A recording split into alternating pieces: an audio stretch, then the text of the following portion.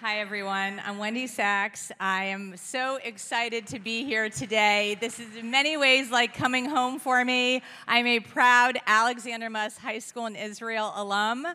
My Israel story begins in 1988 when I was a junior in high school. I grew up in Miami, public school student. My family had never been to Israel. I don't have any relatives in Israel. But being in Miami, everyone knew about HSI. Alexander Muss was like the thing to be doing. And my mom was determined to send me to Israel. She had never been, but she was determined that I was going to go. Back then, there were no direct flights between Miami and Tel Aviv. I had to fly Pan Am to JFK, and then JFK to Ben Gurion on El Al. And I remember so vividly, and I don't think they don't do this anymore because I still have flown El Al, but when you would land in Tel Aviv, they would play Hatikva.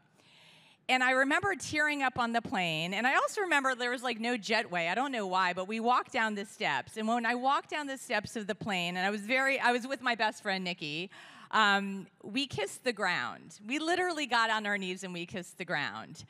And I felt like I was home.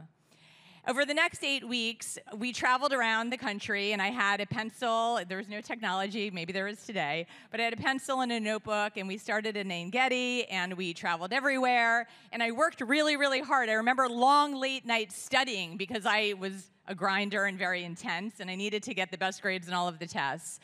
And I just fell in love with the country. I fell in love with the state of Israel. I also fell for a very cute Israeli soldier who lived nearby. And things were a little bit looser back then. I know I was going to send my daughter to Muss a few years ago, and I was, regaling her with all of my stories of weekends to Tel Aviv and all sorts of things. I know they don't allow that anymore. But back in the 80s, they did, and I spent a lot of time at the beach and a lot of time drinking Maccabi beer and just having a really fun time, which I'm sure enhanced the experience. But I also learned about pro-Israel activism when I was at HSI. There was, I think, the Jerusalem office of AIPAC. There was someone who came and spoke to us.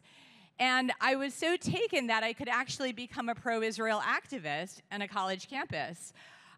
Because I liked that cute Israeli soldier who lived nearby, and we became friends with a lot of the other boys in the Yemenite village that was near where I lived. By the way, I was not at Hoda Sharon. Hoda Sharon was under construction at the time, so I was staying at a boys' boarding school somewhere near Netanya. I don't remember exactly where. And all of these other kids who were my age, I was 17 at the time, they were serving the IDF, or they were about to serve in the IDF. And I was really struck by the privilege that I have as an American Jew that I didn't have to do that. And I felt guilty about that. And I think that's really what fed into my Israel activism. So I went to Northwestern University. I became a pro-Israel activist. I was an AIPAC intern, and that set me on my journey. And all of that, 30-something plus years later, leads me to where I am here today as the director and executive producer of the film October Hate, about the explosion of anti-Semitism on college campuses, on social media, in the streets of America, and the aftermath of October 7th.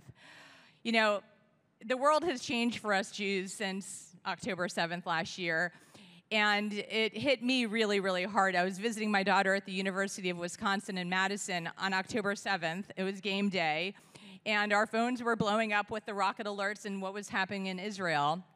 And by October 8th, when we saw the streets of America explode and we saw people celebrating in Times Square, celebrating Hamas's freedom fighters rather than as terrorists, and looking at what was happening on college campuses from Cornell to Harvard to Penn, even to the UC schools, we knew something had gone terribly wrong.